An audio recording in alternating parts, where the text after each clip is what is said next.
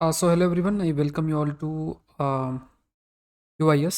सो आज की जो प्रीलिम्स के टॉपिक्स हैं, एक रिसर्च पब्लिश हुई है। It is related with Grand Chaco. So we need to know the location of the Grand Chaco. तो अभी देखो रिसर्च क्या कहती है। ज्योग्राफी का एक ये टॉपिक है, न्यूज़ में आ जाता है। रिसर्च सिंपली सेज कि जो ग्रांड चाको है, ग्रांड चाको, इसका जो एरिया है that area is reducing. Grand Chaco का जो एरिया है that area is basically reducing, and because the area is reducing we can say इसका जो इम्पैक्ट है, क्योंकि वेजिटेशन के लिए काफ़ी इम्पोर्टेंट बनता है, तो इसका जो इम्पैक्ट है काफ़ी देखने को मिल सकता है। बिकॉज फॉरेस्ट एरिया को we are converting the forest area into agriculture. जो पूरा का पूरा इकोसिस्टम है that is being damaged. So जो ग्रांड चाको है ये एक इंडिजिनस फॉरेस्ट है, और किन किन कंट्रीज़ में प्रेजेंट है दैट वी शुड नो। ये प्रीलिम्स का क्वेश्चन बन सकता है। देखो अर्जेंटीना में प्रेजेंट है, उसके बाद बोलीविया में प्रेजेंट है, उसके बाद यू कैन से पराग्वे के अंदर भी ये प्रेजेंट है। तो मेनली जो ग्रांड चाको है वो इन देशों में, Bolivia, you have Argentina, and then you have a Paraguay. तो सपोज करो देर इज़ अ क्वेश्चन कि इनमें से कौन से में जो ग्रांड चाको है it is present. So it's not Uruguay, it's Paraguay, then you have a Bolivia, and then you have Argentina, फिर द ब्राज़ील है। दूसरा देखो यहाँ ऊपर साइड से you have this equator that passes, equator जो है वो पास करता है। इसे कंसीडर किया जाता है सेकंड लार्जेस्ट जो फॉरेस्ट है आफ्टर अमेजन। अमेजन फॉरेस्ट जो कि आपका ब्राज़ील इलाके में अमेजन फॉरेस्ट है। लेकिन एक बहुत इंटरेस्टिंग फैक्ट जो इसके बारे में that we need to be aware कि it is one of the most deforested area on the planet, जिसमें बहुत ज़्यादा कटाई एंड ऑल ये सब हुई है। तो ये one of the most deforested area के रूप में it is considered one of the most deforested area on the planet. इसे कंसिडर किया जाता है one of the most deforested area on the planet, जो कि एक matter of concern we can say. अगर ये बढ़ता जाएगा तो देर इज़ अ पॉसिबिलिटी कि धीरे धीरे इसकी साइज़ और रिड्यूस हो। देखो यहाँ पे क्या है कि जो फॉरेस्ट है ग्रांड चाको का, इस फॉरेस्ट को रिप्लेस किया जा रहा है एग्रीकल्चर। जैसे मेनली दो क्रॉप्स इसमें ग्रो की जा रही हैं, जिसका मार्केट में, इंटरनेशनल मार्केट में काफ़ी डिमांड भी आपका रहता है। एक आपका सोयाबीन है, one is the soybean, and the other is the sunflower crops. Sunflower crops देखो क्या है, again I am स्टेटिंग this point कि ये शॉर्ट में जो जैसे रिसर्च आती रहती है, जोग्राफी के टॉपिक्स, साइंस के टॉपिक्स, खासतौर से जो न्यूज़ के अंदर हैं, तो I am trying to cover them. सिर्फ इन्फॉर्मेशन बेस्ड टॉपिक्स जो हैं वो नहीं, क्योंकि इन्फॉर्मेशन बेस्ड टॉपिक्स आपके लिए इतना नहीं पूछे जाते। तो आप अगर इसे शॉर्ट में अपने प्रीलिम्स के रजिस्टर में नोट कर रहे हो तो it will be easy for you to revise. बहुत आसान दो चार पॉइंट्स अगर है, क्योंकि प्रीलिम्स में खास बात यह है कि ऑप्शंस सामने रहते हैं, तो if you are able to identify तो आपके लिए काफ़ी आसान जो है रहता है।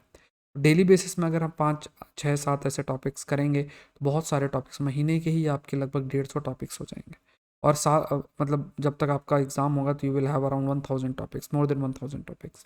तो ये चीज़ें जो है वो आपको ध्यान में रखनी है, रिवीजन पे फोकस करना ही है।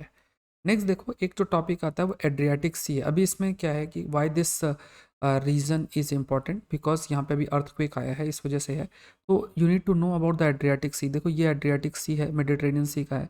ये यहाँ पे स्ट्रेट है, ओटरांटो स्ट्रेट है, स्ट्रेट वाटर बॉडी है जो कि दो सी को जोड़ रही है, आइनियन सी है और यहाँ एड्रियाटिक सी है।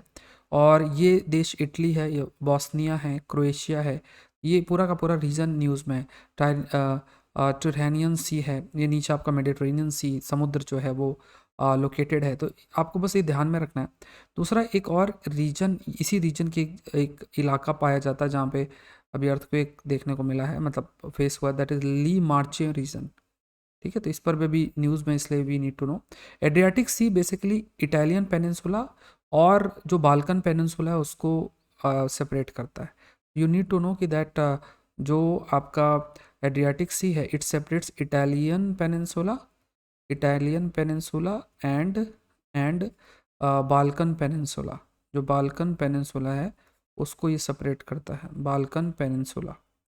एड्रियाटिक इज द नदर मोस्ट आर्म। ये भी फैक्ट आपको याद रखना, जो मेडिटेरेनियन सी है उसका जो नदर मोस्ट हिस्सा एड्रियाटिक सी है, तो it is also considered as the most part northern most part of Mediterranean C.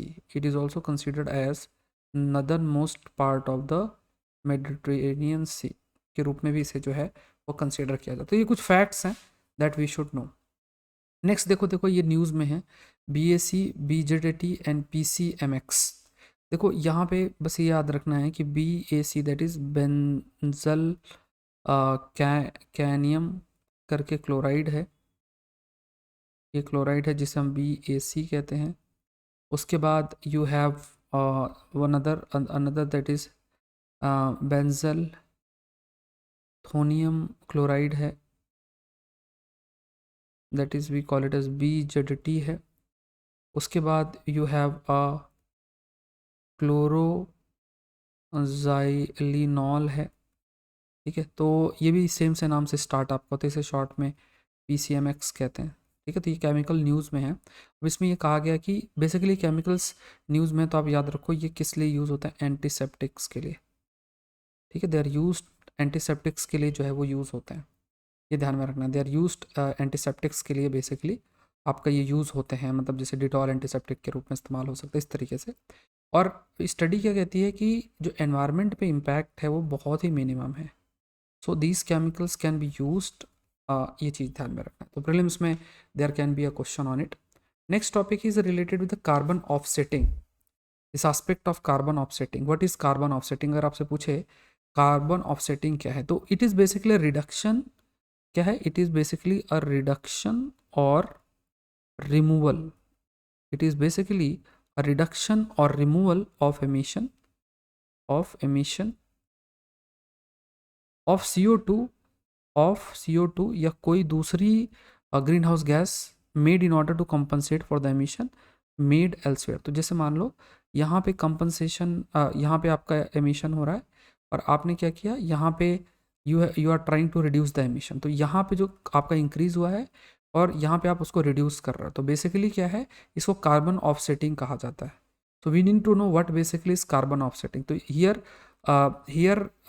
We can say कि जो एमिशन है दैट एमिशन हैज़ इंक्रीज्ड, और हम प्रयास हम क्या कर रहे हैं कि जो एमिशन है दैट एमिशन इज़ रिड्यूस्ड।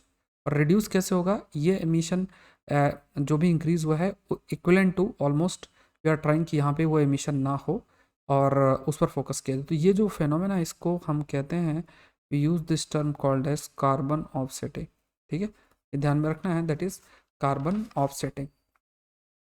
और जब आप मेजर करते हो, when you are measuring the carbon offsetting, when you are measuring the carbon offsetting, so basically it is measured, ये भी इंपॉर्टेंट है, ये जो कार्बन ऑफसेटिंग है, this carbon offsetting is measured in tons of CO2 equivalent, measured in terms of CO2 equivalent, tons के CO2 equivalent, इस तरीके से कि इतने टन ऑफ CO2 आपका एमिट हुआ है और इतना CO2 टन जो है CO2 का उसको रिड्यूस आपका किया गया है। तो we use this term called as carbon offsetting. Next देखते हैं इंड्यूस्ड प्लूरीपोटेंट सेल्स, प्लूरीपोटेंट ये P है पूरा। देखो ये क्या है, आपको बस ध्यान रखिए, इस डायग्राम से बहुत इजीली, साइंस का एक टॉपिक है, इंपॉर्टेंट है, बायोलॉजी न्यूज़ के कंटेक्स्ट में यू कैन इंक्लूड। देखो क्या होता है, जनरली जैसे जो स्टेम सेल्स होते हैं, जो स्टेम सेल्स होते हैं हमारे शरीर के अंदर, जैसे बोन मैरो एंड ऑल में, they have the tendency to divide, ऐसे डिवाइड करके, डिवाइड होके और फिर डिफरेंट ऑर्गन्स को बन सकते हैं। तो ये जो टेंडेंसी है कि जिससे ये अपने आप को डिवाइड करके और फिर ऑर्गन बना सकते हैं, इसको हम प्लूरीपोटेंट भी कहते हैं। ये टर्म यूज होता है प्लूरीपोटेंट। इट मीन्स क्या है कि ये सेल्स हैं, जैसे एम्ब्रियो में प्रेजेंट है, ये सेल्स हैं, सेल्स को आपने क्या किया, these cells can easily B divided, ऐसा डिवाइड होंगे, डिवाइड होके एक डिफ्रेंशिएट हो जाएंगे सेपरेट ऑर्गन में, ऑर्गन जैसे न्यूरल सेल, मसल सेल्स, कोई भी ऑर्गन आपके बन सकते हैं। तो ये जो है, इसे प्लूरीपोटेंट जो प्रॉपर्टी हम कहते हैं। इंड्यूस्ड प्लूरीपोटेंट सेल्स का मतलब क्या कि जनरली जो स्टेम सेल्स होते हैं वो कुछ जैसे बोन मैरो है या एम्ब्रियोज हैं, इसमें ही पाए जाते हैं। लेकिन अब क्या है कि मान लो आपने नॉर्मल सेल्स मान लो स्किन से ले लिया, किसी बॉडी ऑर्गन से सेल ले लिया, तो इन्हें हम सोमैटिक सेल्स बोलेंगे।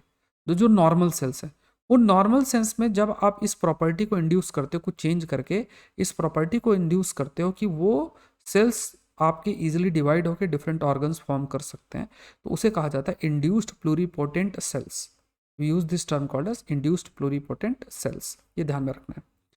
सो this session was presented by me, my name is Saurabh Pandey. आप लेट्स क्रैक UPSC CSC के अंदर द हिंदू सेशन जो कि 7:30 बजे, 7:15 से 7:30 बजे के बीच में होता है, उसको भी आप लाइव अटेंड कर सकते हैं। अनअकैडमी में आप मुझसे जुड़ सकते हैं, जैसे साइंस एंड टेक का कोर्स आएगा, करंट अफेयर्स का क्रैश कोर्स जो है वो आपका आएगा। नवंबर का जो कोर्स है उसके लिए भी क्लासेस ऑलरेडी चल रही हैं, तो 23-24 की अगर आप तैयारी कर रहे हो तो इसको ज़रूर से ज्वाइन करना है। क्या करना है, अनअकैडमी.com में जाओ, कोड डाल दो SPLIVE, इस कोड को डाल के आप ज्वाइन कर सकते हो। तो एक तो अमाउंट रिड्यूस हो जाएगा 10% से, साथ में सारे एजुकेटर के सारे कोर्सेस आप एक्सेस कर पाओगे, पॉलिटी, हिस्ट्री, ज्योग्राफी, सब चीज़ें जो आप एक्सेस कर सकते हैं, मतलब सारे सब्जेक्ट, पूरे प्लेटफॉर्म को आप एक्सेस कर सकते हैं। तो अगर आप 23-24 की तैयारी कर रहे हैं तो अनअकैडमी से ज़रूर से जुड़ें। So thank you everyone, channel को जरूर से सब्सक्राइब करें। Thank you.